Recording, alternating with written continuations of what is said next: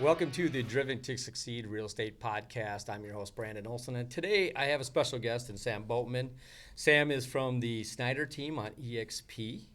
You guys are located where? It's a Woodbury address, right? Well, we just got rid of our Oakdale Woodbury office, and now we are in downtown Lake Elmo. Oh, okay, you are down. Right on Lake Elmo Avenue. Oh, there. so not where I was previously. No, okay. they moved. Right So Bob and Jen actually own a building in Lake Elmo, so they're converting part of that building into being our office. Oh, that's fantastic. Yeah, so it'll be cool when it's done. Good. So, Sam, how long have you been with Jennifer and Bob? I have been with them since April of 19, I believe, is right after they moved from Remax to EXP is when I jumped on board with them, and I had just come from Remax team as well. Oh, right on.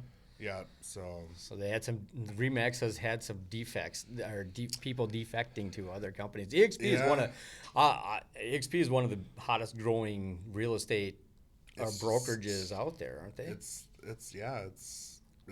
the new wave of real estate. Mm-hmm. Like I think actually just yesterday they released all their, quarterly revenue and all that stuff, and it's all up. Right.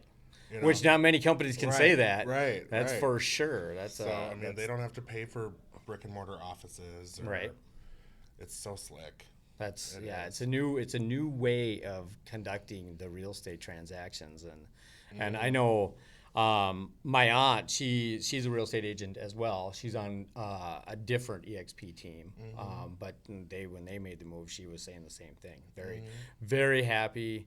It is what it is. You and I have just started recently working together, and it's been a fantastic relationship. I believe anyway. Yeah, I feel like I do as good of a job as I can, making sure that I take care of your clients. But on the flip side, you as the real estate agent, everybody has had such fantastic things to say. Like you're knowledgeable, you take care of them well, and so forth. It's been a whirlwind this year, but it's fun. There's a lot of really good people out there, and it's fun to get them from A to B.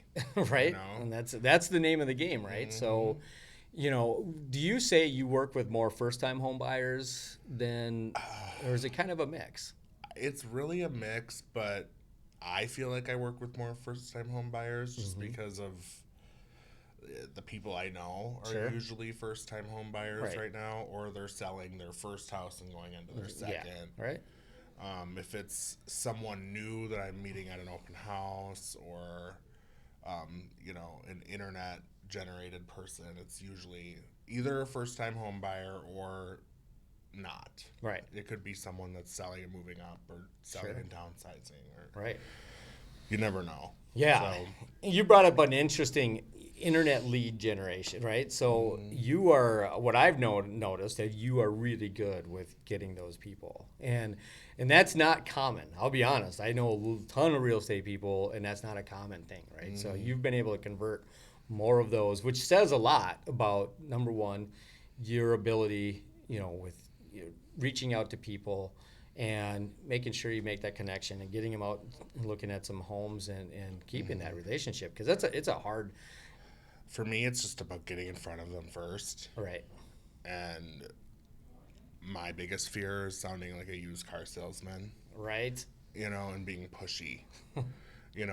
I feel like right now there's a lot of scripts going around. Oh, sure. It's like some of it is true. Right.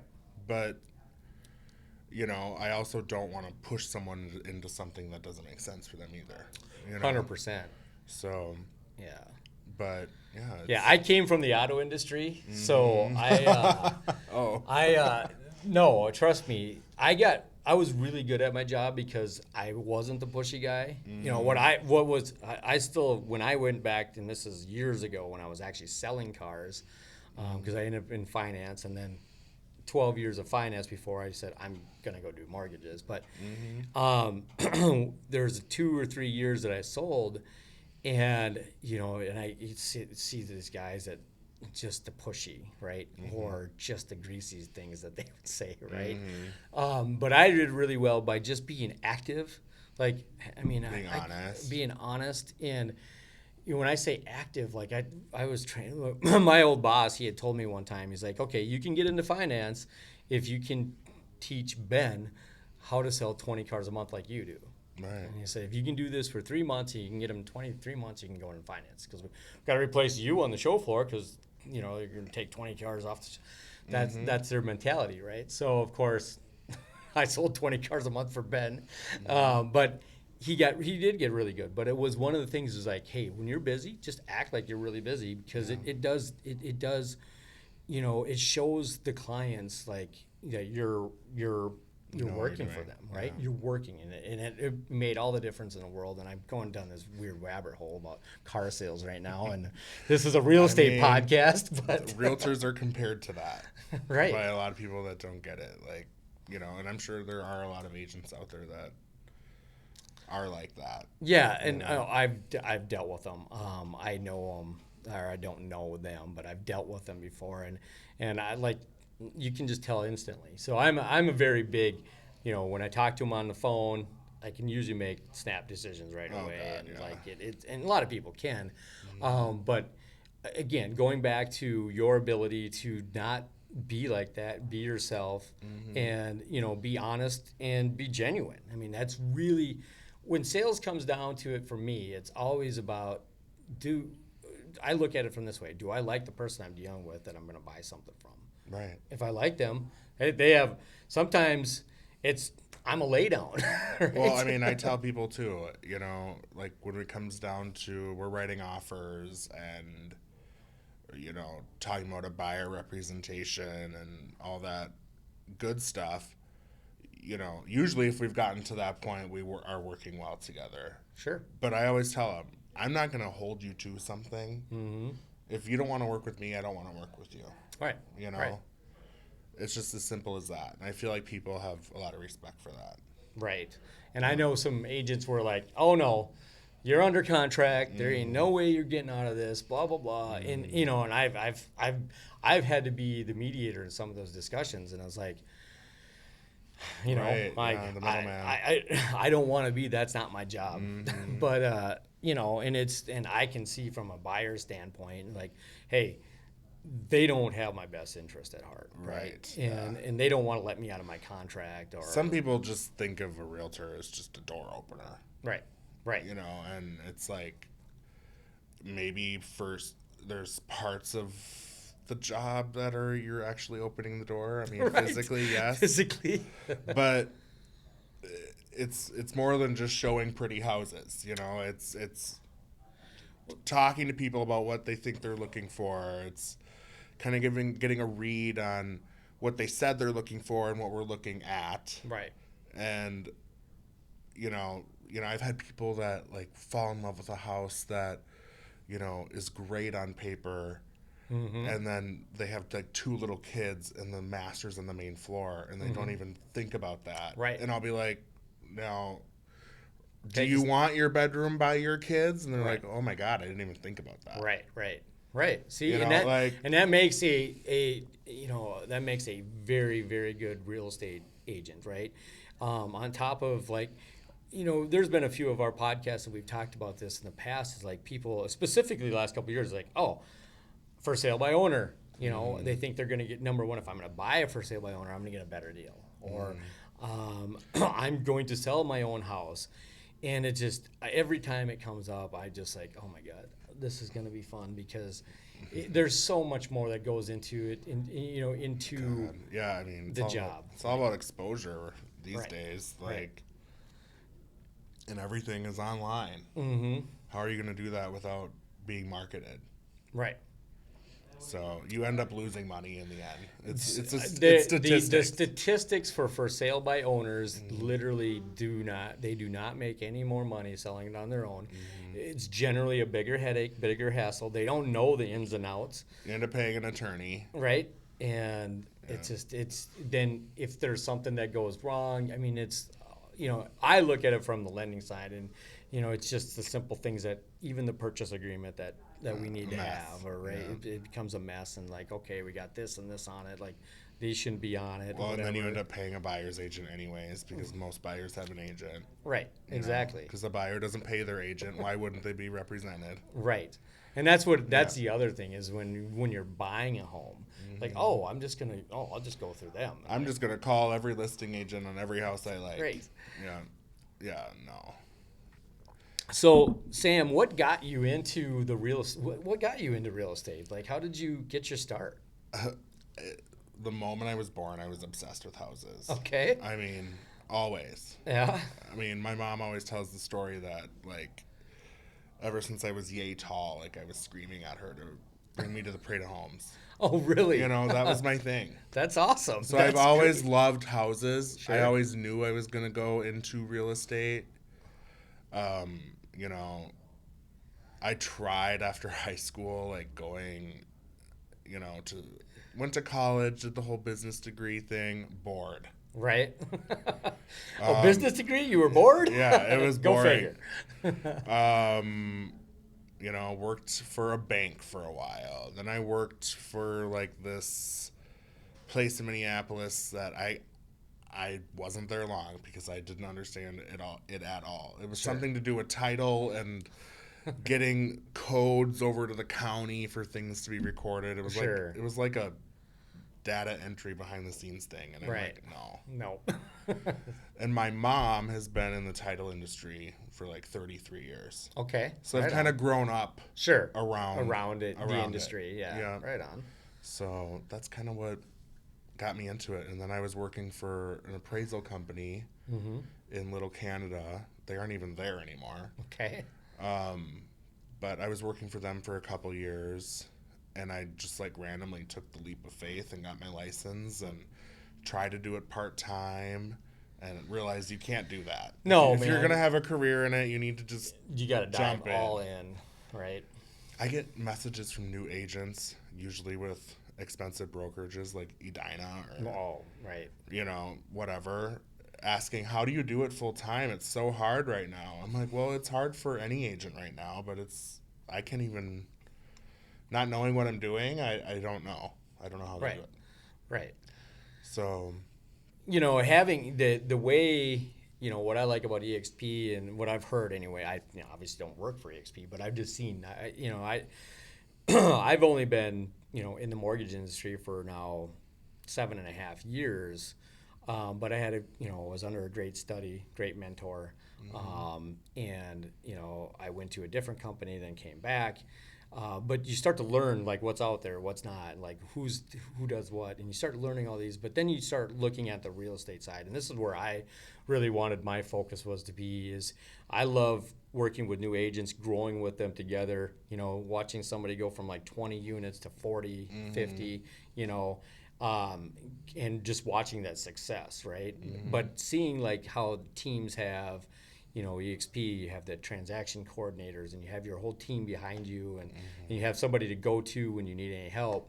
I really like being on a team, I don't see why I couldn't do it on my own. There's no reason someone can't. Right. But being on a team is just so... It's nice having the support, and I've seen like a lot of solo agents, I feel like they get lonely in a weird way. Right. Like, I don't know. I like having the camaraderie and. I feel like the industry has really just gone to more of just team aspects all the way around. How you make it, I feel like. Yeah, I mean, because number one, it's obtaining new clients, right? So you have your sphere. Cost share. Right. Your brand recognition. Right. Exactly. And then, if you're going on your own and you have to try to pay for all of the like lead generation or pay for even marketing. The marketing is unbelievable, right? I mean, a postcard is $1,000 a month. Right. For a neighborhood. Right. Exactly. So it's like. So if you don't have all the transactions coming in, it's like the chicken before the egg type of deal, right? Yeah. So I mean, it's. More and more is just team aspect, and that's what and EXP has really been a good part of that for you guys, I believe. Just being able, the exposure you get with EXP just online, and the things you can do to market listings, and I don't know. There's a whole list. I mean, I can go on their little enterprise thing and pull this or that to, do a post Sure, that you don't have sure. to pay for. Right. It makes they streamline making your marketing yourself easy, right? Well, and a lot of brokerages do that. Right. But I mean, there's so much more. The revenue share that you can get into by getting agents over to EXP, showing them how much money they can save by being with a virtual brokerage. Right. EXP has healthcare now. See, and that's awesome. I mean, Yeah. when's the last time a real estate agent didn't have to pay for their own health care? Right. So that's pretty awesome. So we got to know a little bit about you. Growing up, you loved. What other hobbies? What do you do? What do you do when you need to get away or break? Where do you like? Is there anywhere you like to go or?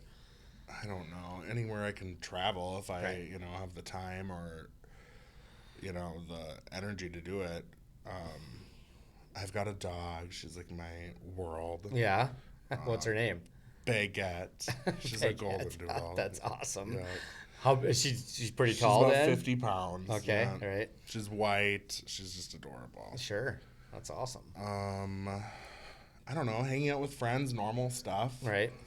It's always a hard question to answer. Right. I don't have like that many hobbies, to be very honest. Hey, when you just work, it is what it is, right? Well, when you love your work, then that's kind of your hobby in itself. As I get older, I like being home. I'm becoming more of a homebody. Like, like, I don't know. Yeah, and you are actually located. You live in Wisconsin, right? No. Oh no, I live in South Maplewood, okay, which is basically Woodbury. Right.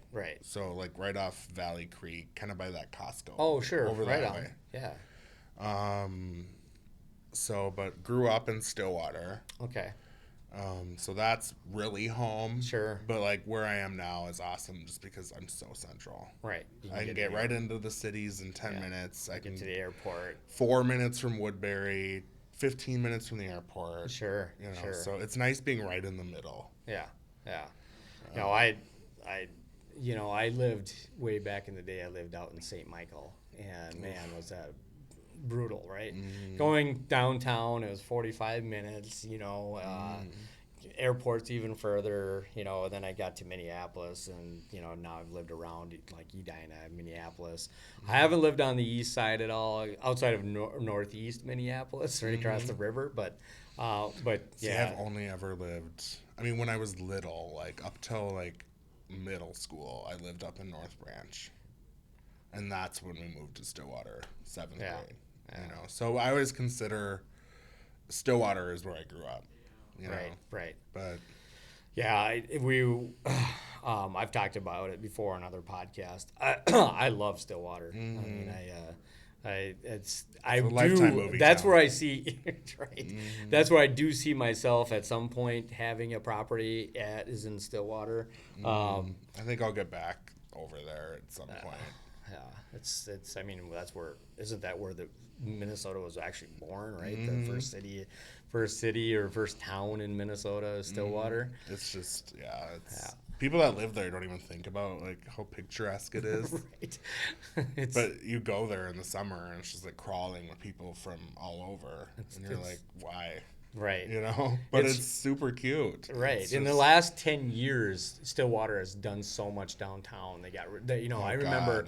I remember back when they even had there was a Dairy Queen right on, but then they said no more franchise, can't have franchise downtown. And thank God, when I was 21, it was like way more of a party scene. Oh yeah. Yeah. The weekends were all party buses and weddings, and they still have that, but like it's now it's higher end restaurants. Like, sure, they're bringing a different clientele to the area, and it's I had a boat on the river down there for 9 years. This is the first year I haven't been down there, just besides hanging out with some friends for a few hours. So I do miss it. I already know I'm going to be booking a room at like the Crosby or something. Amazing. In the near future. They have the best food. Yes. That's the food around there. Lolo's, Lolita's, it's been awesome. my current obsession for food, I'm probably getting off topic, but Hazelwood just opened in Woodbury. Okay, Hazelwood. And I had never heard of it before. Sure. But they have one in Edina. Okay, really? Yeah, but it's incredible. What kind of inspired food is that? I don't know. It's kind of everything. I mean, they have burgers, they have salads, they Sure. have pasta, it's like American. Sure. But the service is incredible. The food was just incredible. Talk about service. I know we're way off topic now, but this is the reason why we do this, is to actually get to know people and have, we have great real estate talks, but talk about service. So this goes back to, you provide a great service, right? Right. To your clients. I feel like I provide the best service I possibly can to my clients. And what COVID did to some restaurants, to just ordering online, right, on your phone, somebody just comes and drops off your food. There's no real communication. There's just a gratuity put on it. And I'm just like, I'm not coming back to this place anymore, because I'm all about service. I give good service. 2020 was my best year in the business. Yeah. It's like, why? Well, the market, but Right. I think service has something to do with that. 100%. I mean, it's giving that service is what, we were talking about a little bit, why people go to for sale by owner. They think they can save all this money, or they can save all this money. And they, I've heard before, real estate agents get paid too much money, and they don't realize all the things that go into it. Number one, you're self-employed. Right. Well, and I wish I was getting the check that they think we get. 100%. They have no idea what, by the time you chop out the marketing expenses, brokerage fees, taxes. I mean, yeah, it is what it is. You take all that out, photos, and it's like, and then okay, let's talk about when it was really tough. You might put 10 offers in for a client before you get one accepted. How many hours of driving around? How many hours of doing this on the phone, doing this? And it doesn't stop there. So I'm available 24/7. Right. I don't feel like I'm ever turned off. So when people ask me, a lot of people that get into the business, a lot of people that do really well are people that are in the service industry. Right. I've seen a lot of really successful bartenders. Number one, right? People like that, but but the people that have worked, 10 to 3 Wednesday through Friday for the last 10 years, they aren't going to do well. Right. You're always available. I think that's kind of a reality shock for a lot of people. You have to constantly be available. Well, it's funny you say that. So back to my car selling finance days, I had to work every Saturday, be there at 8:30, and finance, you're the last person to leave. I mean, a lot of times we're getting out of there 7:30. Yeah. So between Friday and Saturday and big weekends, I would put 22 hours in those 2 days. Yeah. Right? And I was burnt out Monday through Friday. Some nights I'd be there till 10 o'clock at night. And I'm like, I want to get away. I want to work more from home. And, and now I am 24/7 too. But it's a different 24/7, because yes, I am at home when I'm answering these phone calls. I could be at home. I could be in bed. Right. But I'm still on my phone. Right. Exactly. Right. So giving that level of service to your clients is fantastic, and that's why I wanted to bring you in, spotlight. Who is Sam, right? And I'm glad you did come in. I want to thank you again for it. Yes, thank you. And in the future, I hope to have you on again. Yeah. In the coming future. So, anyway, anybody has any questions for Sam? You live in Wisconsin, Minnesota, over on the east side of Minnesota, west side Wisconsin. And you work kind of all throughout the region. I've gone all over. Right. Yeah. So please contact. We'll have his contact information below. Like it, subscribe. Thank you very much. And thank you again, Sam, for coming on the Yes, thank podcast. you.